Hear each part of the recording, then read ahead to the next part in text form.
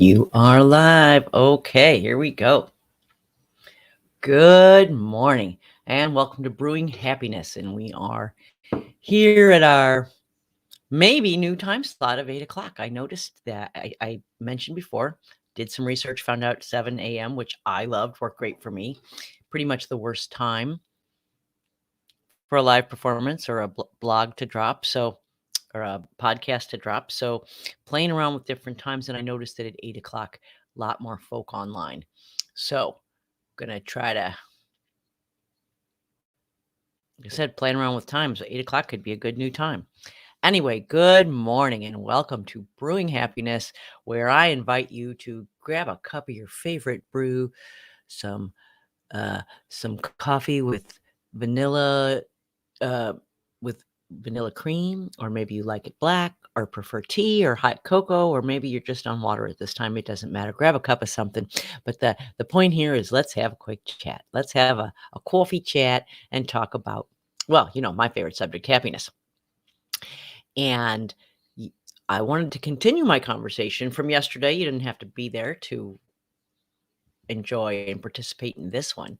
But I talked about happiness, why it was important, why you need it in your life, right? And that's a whole other discussion about why happiness is not only something you should not feel guilty about pursuing, but it's your birthright. It's what you were put on earth for, and finding your joy and your bliss and spreading that around to the people around you. Well, I don't think there's much better of a life purpose than that. And that's what we're talking about today is life purpose. And by trade or ex-trade, or before I was, when I worked at a real job, I was a process engineer, and my job was continuous improvement, right? Which means that I was tasked with creating process maps, and a process map is simply a picture of what's happening in a detailed step-by-step basis. And I made a process map for happiness, my own little version of what's the formula or the secret or the what does happiness look like in a process map. But they came out so busy, so hard to follow. So if you weren't a process map geek, you probably were not going to enjoy it. And so I realized that, well, let's be fair, anybody can take a simple subject and make it complicated. No talent in that, right? The real talent is in taking a complicated subject and making it simple. And so I distilled, as I thought about it, and I rewrote them and I reorganized them. I distilled it down into 2 boxes on my happiness process map. And they are very simple. So I distilled it down to the most basic things for happiness. The first one's everyday happiness, being happy every day in the midst of whatever you got, whatever your situation is right now. That was yesterday's show. Talking about why it was important to be happy and to learn to be happy in the midst of the moments we don't like, right? How can you be happy all the time?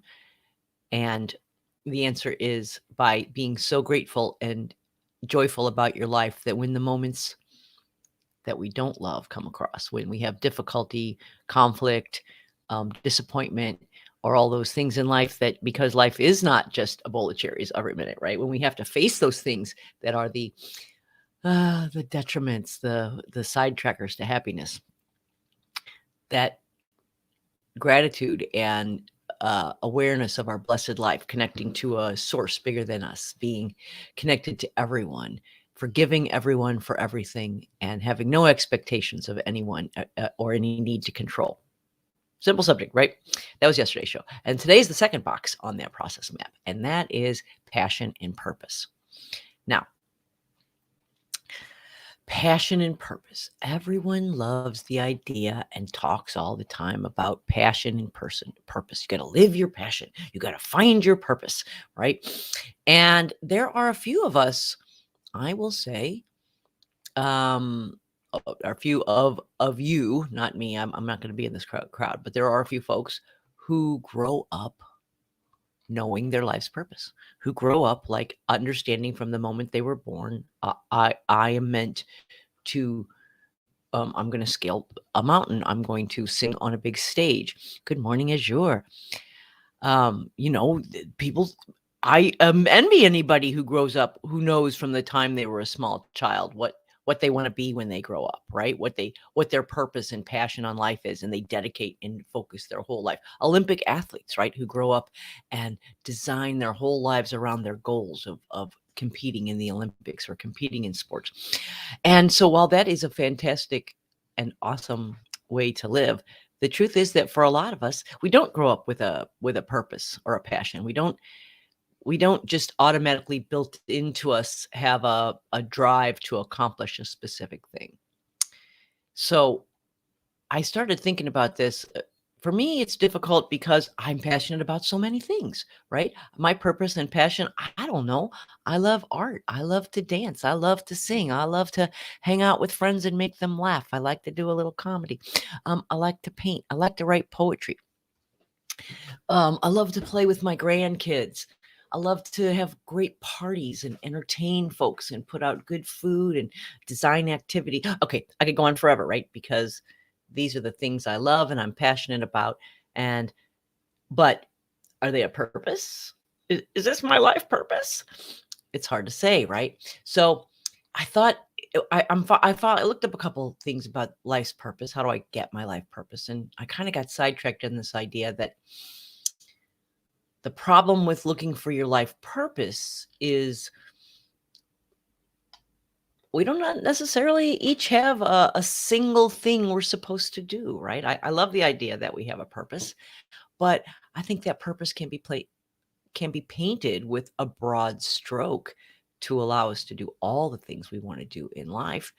And it's just kind of we're here, we do some stuff. Some things are important, some things not so important. The important part of our lives is the part we deem as important. That's the part that gives our life meaning. And the rest of the time, we're just basically killing time, right? So when people say, what should I do with my life or what's my purpose? What they're really asking is, what can I do that's important? And this is such a better question than what is my life purpose, right? This is such a much better because purpose, we're going to get stuck on that one thing. We're going to try to find what are all the things we love to do? How do those all distill down into a single mission? Maybe not, right? But what can I do that's important is manageable. It's bite size. It's something I don't feel like I have to rededicate my entire life to a single idea, right? No reason for you to sit around contemplating your significance in the cosmos, right?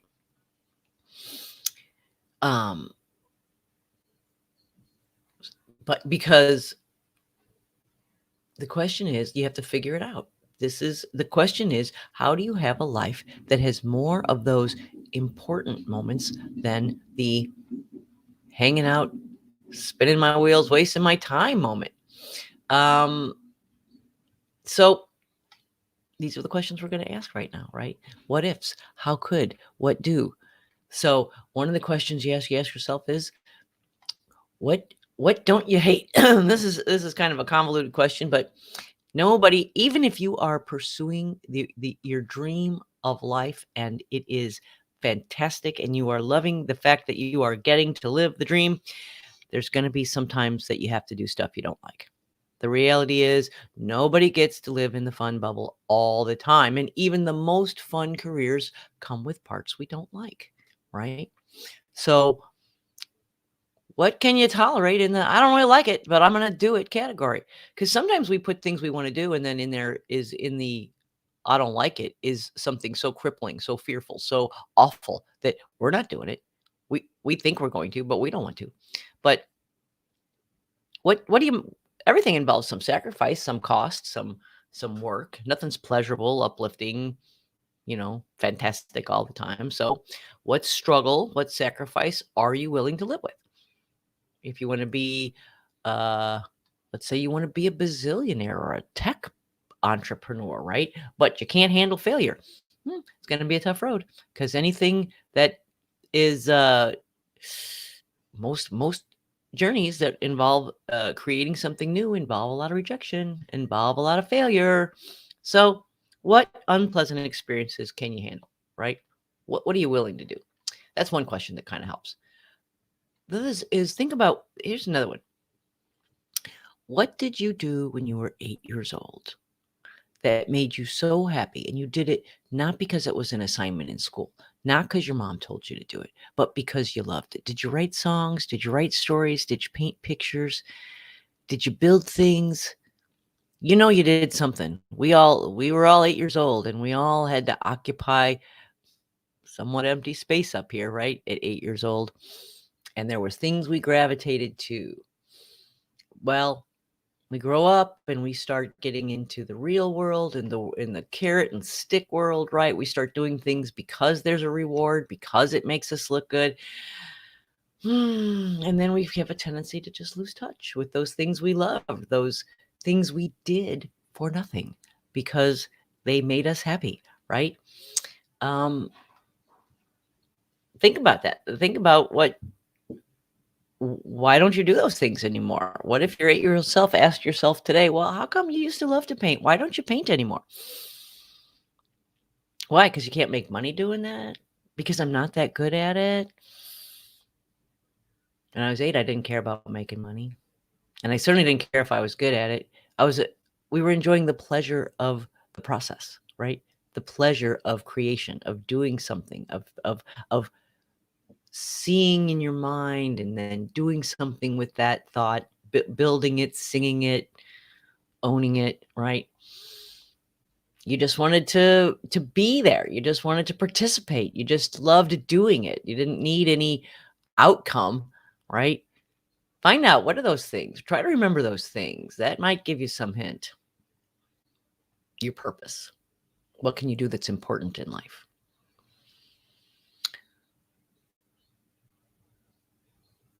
What makes you what are you doing when you, here's another question. What are you doing when you go into the zone, right? When you're in the zone of the whole world disappears, there's just you and what you're doing, and it is so encompassing, engulfing, and so immersive that you literally don't give a shit what's going on around you, right? You literally just want to stay doing what you're doing. Think about that. What are those things? Because it's not important what you're doing. What you want to think about is, what pieces of your brain are you using? What cognitive skills are you using? What is it about that activity that you love that you can build on? Right? This is where there's clues here. There's clues here when you're in that zone of doing something for 2 hours and you look up thinking 10 minutes has gone by and you're like, holy crap, 2 hours went by. Those are the things, those immersive, those things that engulf us, right? That you can take that.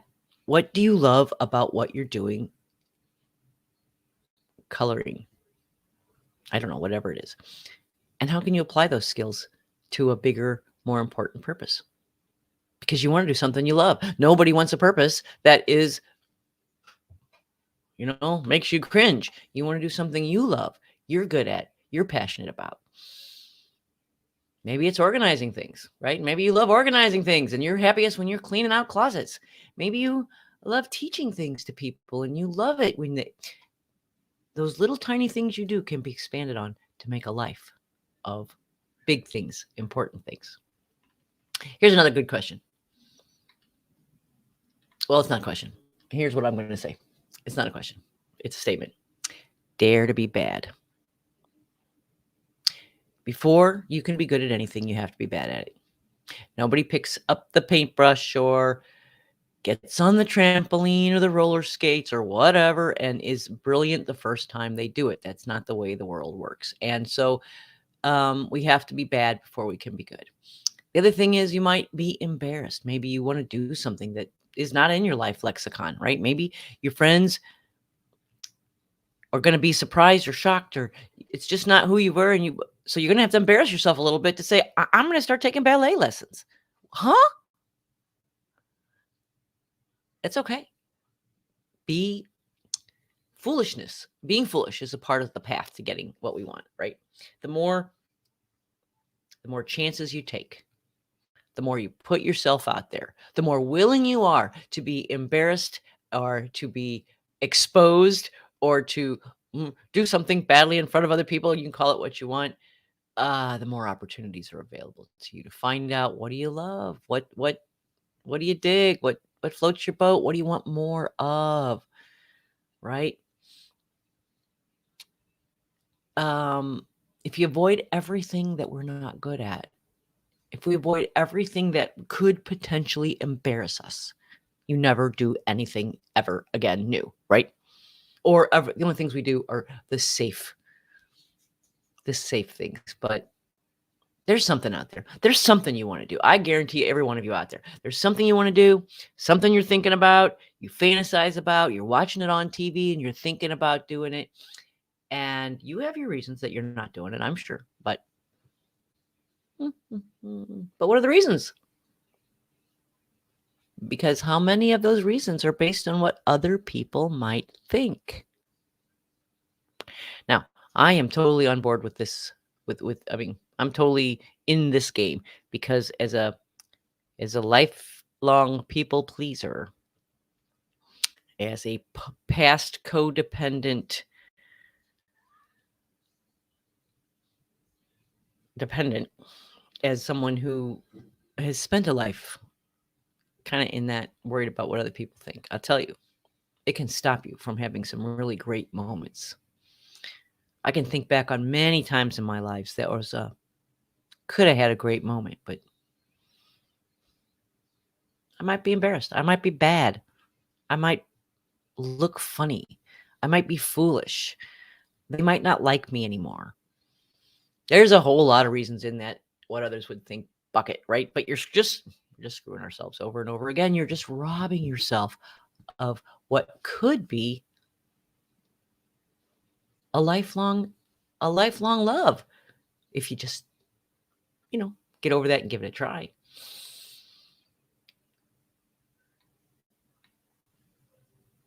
Embrace embarrassment, right? I say dare to be bad. Feeling foolish is just gonna happen on your way to doing anything new. That's just life, right? And if major decisions scare you, honestly, the more a decision scares you, the more you probably ought to do it. It's probably something you really ought to be doing, because don't do it. You'll be scared. You'll be awesome. You'll be scared. Who are you going to listen to, right? And so when we talk about doing something important, right? I'm not going to worry about what's my passion, what's my purpose. I'm just going to answer this really simple little question. What can I do that's important for the world, right? You're not going to fix the world's problem by yourself. Probably most of us are not going to cure cancer or, solve world hunger, but you can contribute. You do make a difference. The idea that one person can make a difference. One person can make the difference. Maybe to one person, maybe to 10 people, maybe to thousands of people, but you're making a difference. And that feeling of making a difference, those are the moments we remember, right? That's the important things in life. That's the stuff that brings us happiness and fulfillment. So, what area of the world are you really pissed off about, right? What really upsets you? What really feels unfair? Where do you feel like you can make a difference? Pick a problem. There's no shortage of problems in the world, right? Look around, watch the news. There's no shortage of problems to be solved. So pick one, start saving the world. One person, one action, one volunteer event at a time, right? The secret is find a problem you care about, right? And start solving it, or start working towards solving it, or start contributing towards its solution in some way. You can't fix all the world's problems, but you can make a difference. And you can meet and hang out with people who want to make the same difference as you do. And that's when your life starts feeling fulfilling, right? Your happiness, your fulfillment equals your purpose. Simple as that. All right. So think about here. We're still looking for purpose. We're still looking. So someone said to you, you need to go out all day and do something, right? All day, every day. Where would you go? What would you do? You got to dedicate your time all day, every day. Well, right now you're probably going to work, right? But if you had to think about designing a life where or that going to work, or that going to do something all day, every day was in alignment with what was important to you and the difference you want to make in the world, because that's the design your life part, right? Happiness is about finding the happiness in the moments of exactly what you're doing right now, and then pursuing those things that are important, passion, purpose, and having more of those kinds of times in your life. We get into routines, right? We just get into the routine of going to work, getting the kids to soccer, going to church on Sunday, time for work on a Monday again, right? And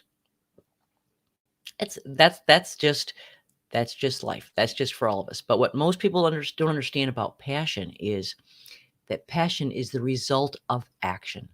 It's not the cause of it, right? You're not going to sit on the couch and watch TV and get really passionate about something. Maybe you are. But the real passion, you want to really feel the importance, the fulfillment, the happiness of contributing, of doing something, of finding a way that you can make the world better, is action, is doing something. Showing up for the beach cleanup on Saturday because you cannot stand the thought that we're polluting the oceans, right? Showing up at the homeless shelter to teach skills because you so believe that people can help themselves if they just knew a little something. So this is